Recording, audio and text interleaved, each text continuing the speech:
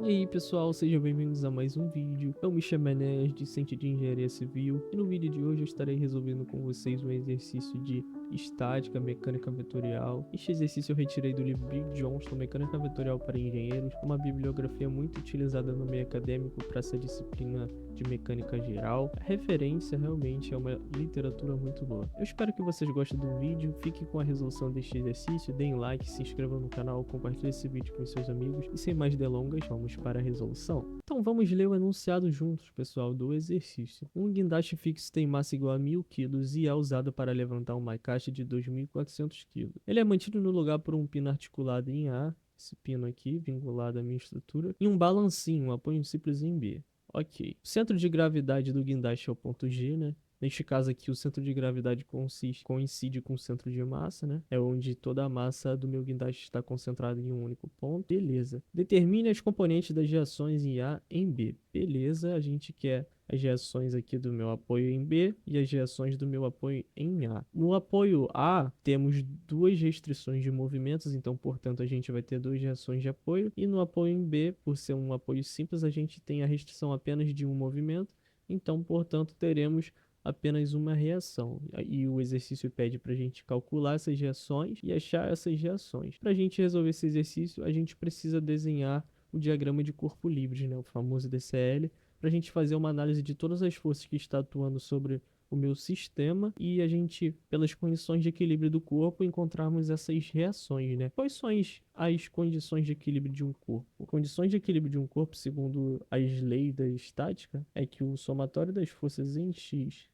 precisa ser igual a zero, assim como também o somatório das forças em y, que atua nesse corpo, precisa ser igual a zero, e assim como também o somatório de momentos que atua sobre o meu corpo rígido precisa ser igual a zero. Essas são as condições de equilíbrio do meu corpo rígido. Todas as forças que atuam no eixo horizontal, vertical e o somatório de momentos que está sobre o meu corpo precisa ser igual a zero para que o corpo esteja em equilíbrio. Então, ciente disso, dessas condições de equilíbrio, né? Condições de equilíbrio do corpo. O que a gente pode fazer é o diagrama de corpo livre para a gente analisar as forças que estão atuando sobre o meu corpo e, por assim, calculá-las, beleza? Então vamos fazer isso. Bom, pessoal, esse aqui é o nosso DCL, né? A gente desenhou todas as forças que estão operando no nosso sistema, né? Temos aqui os nossos tipos de apoio. Eu tenho um apoio A que é um pino, então, portanto, ele terá duas reações, né?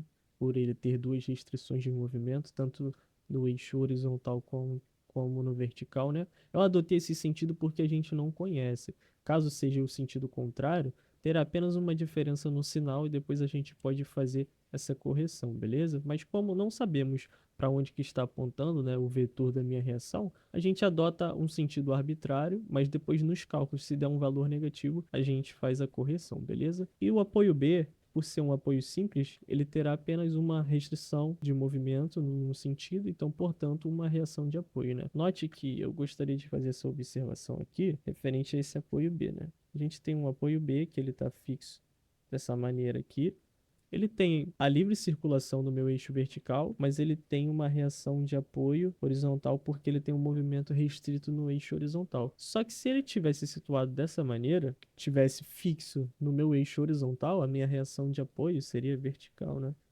Então, isso é importante situar, né? Por ele ser um apoio simples e ele ter a restrição apenas de um movimento, a gente vai ter uma reação de apoio, mas eu preciso visualizar no meu exercício, no meu problema, como que ele está situado, se de forma vertical ou horizontal. Se ele estiver situado de forma vertical, minha reação de apoio é horizontal. Se ele estiver situado de forma horizontal, a minha reação de apoio é vertical, beleza? Também precisamos fazer a conversão dessas massas para que se tornem peso, né? Porque o exercício nos deu apenas o peso, tanto da caixa quanto do guindaste, mas a gente precisa multiplicar pela gravidade para a gente encontrar a força-peso, né? Então, a gravidade a gente vai considerar como aproximadamente 9,1 metros por segundo ao quadrado. O peso 1, o exercício deu, o guindaste fixo tem a massa de 1000 quilos, então a gente vai fazer 1000 vezes 9,81 para a gente converter para força-peso. Isso vai dar 9,81 kN. Peso 2, a gente também vai multiplicar pela gravidade, né? 2.400 quilos vezes 9,81. Isso vai dar aproximadamente 23,5 9,5 quilonewtons. Beleza, agora a gente sabe o valor, a gente acrescenta aqui. Feito isso, agora a gente pode calcular as forças resultantes atuando nos nossos eixos e os somatórios de momentos, né? Então a gente pode calcular pelas condições de equilíbrio o somatório de forças atuando em x, né? Aqui é o sentido positivo, precisa ser igual a zero. O somatório das forças em y, esse sentido positivo, e o somatório de momentos em qualquer ponto. Porque se o meu sistema está em equilíbrio, se eu fizer o somatório de momentos em qualquer ponto, precisa ser igual a zero. Então, tudo isso aqui precisa ser igual a zero. Somatório das forças em x. Quem são as forças que atuam em x? Segundo o nosso DCL, as forças em x, temos o nosso Bx aqui e o nosso AX. Então, vamos fazer que o somatório das forças em x precisa ser igual a zero. Então, Bx positivo, né? De acordo com o eixo que eu adotei aqui, positivo. Então, Bx mais AX precisa ser igual a zero. Então, Bx é igual a menos Ax. Se a gente fizer o somatório agora das forças em y, a gente tem duas incógnitas e a gente não vai conseguir resolver o nosso sistema, né? Porque teremos um sistema com duas incógnitas e a gente tem mais incógnitas do que equações, então não seria possível resolver. Então, para a gente sair dessa, a gente pode calcular o somatório de momentos, né? A terceira equação que a gente tem aqui. Se eu calcular o somatório de momentos no meu ponto A, eu vou eliminar duas reações e vai me restar apenas uma incógnita. Então, assim, eu consigo resolver os nossos cálculos de reações. Então, vamos fazer isso. Eu vou fazer o somatório de momentos, considerando o sentido anti-horário como positivo, né? É uma convenção comum, padronizada. Somatório de momentos em A precisa ser igual a zero. Quem são as forças que causam momento em A? O momento é força vezes o braço de alavanca perpendicular. Essas duas reações, elas serão canceladas porque elas estão aqui sobre o ponto A. Foi justamente o ponto A que eu escolhi para que eu eliminasse essas duas forças aqui, essas duas incógnitas que eu não sei, porque elas não me ocasionam momento. Então, quem vai causar momento em A é B, né? Distância perpendicular de 1,5, né? Então, Bx vezes 1,5. Por que positivo? Porque ela está girando no sentido anti-horário, né? Ela está fazendo isso aqui, ó.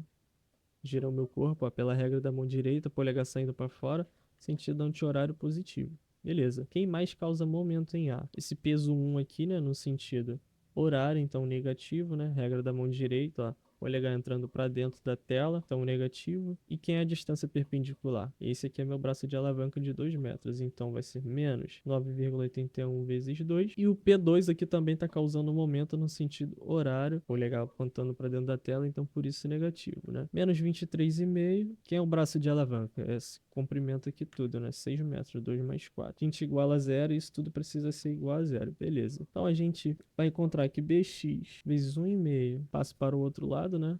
9,81 vezes 2 mais 23,5 vezes 6, aproximadamente aí o nosso Bx sendo 107,1 kN em I, é a direção do nosso vetor no eixo x, beleza? Uma vez que encontramos Bx, a gente percebe que a gente tinha essa relação encontrada aqui antes, primeiramente fazendo o somatório das forças em x.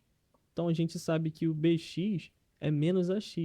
Se o Bx é 107,1 kN, o Ax é menos isso. Então o Ax vai ser valor oposto a isso. Então o meu Ax é menos 107,1 kN, beleza?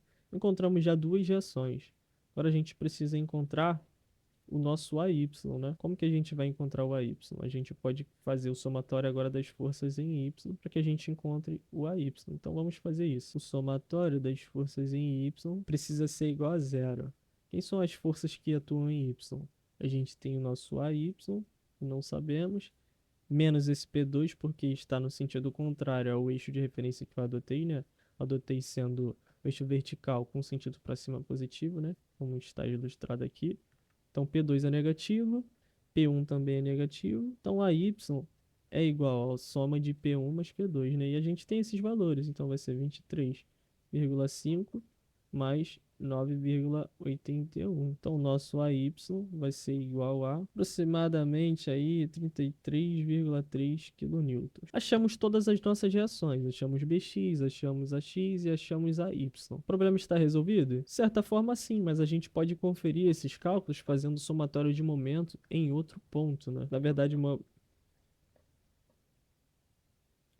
Na verdade, temos uma observação importante, né? O nosso AX, ele deu um valor negativo. Ele deu um valor negativo. Só que eu tinha adotado ele aqui como positivo. Então, como eu havia dito antes, não sabemos para onde o sentido das nossas reações apontam, a gente pode escolher arbitrariamente qualquer sentido, que nos cálculos iria justificar se está correto ou não. Como aqui deu um negativo, o nosso sentido está errado. Então, agora a gente vem aqui no nosso DCL e corrige, né? Que o AX tem esse sentido, né? Retificando. A gente escreve aqui, ó. Retificando. Retificando o sentido. Retificamos o sentido, achamos todas as nossas reações. O que agora a gente pode fazer é conferir se esses cálculos estão corretos. O que a gente precisa fazer? A gente precisa calcular o somatório de momentos em um outro ponto e precisa ser igual a zero, né? Porque se o meu corpo rígido ele está em equilíbrio, o somatório de momentos em qualquer ponto precisa necessariamente ser igual a zero.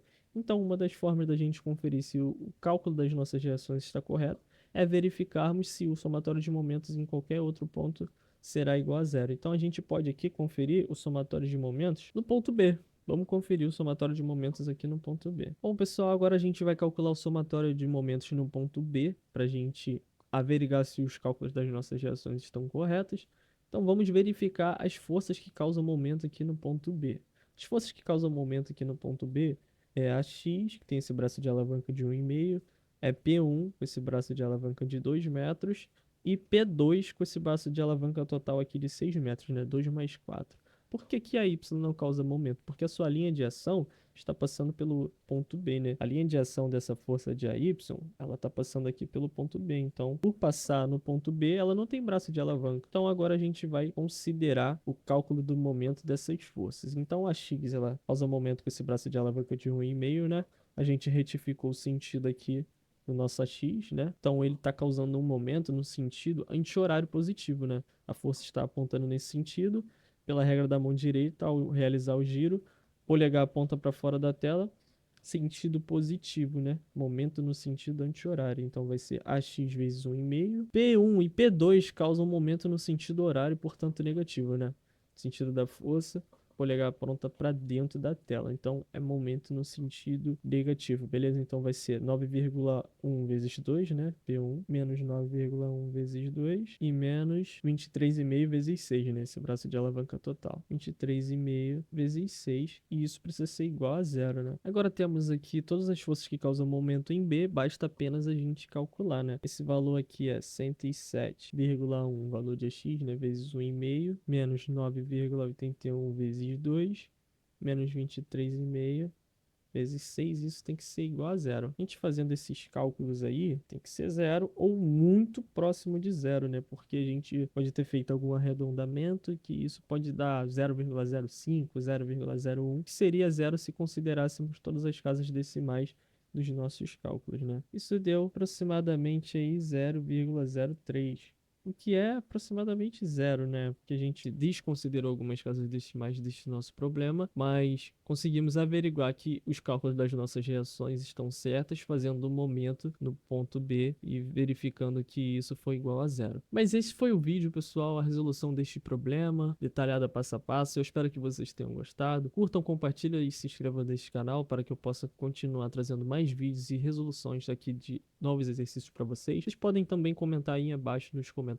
qual tipo de problema que vocês querem que eu resolva e traga aqui a solução passo a passo para vocês, valeu? Fique com Deus, bons estudos e até a próxima!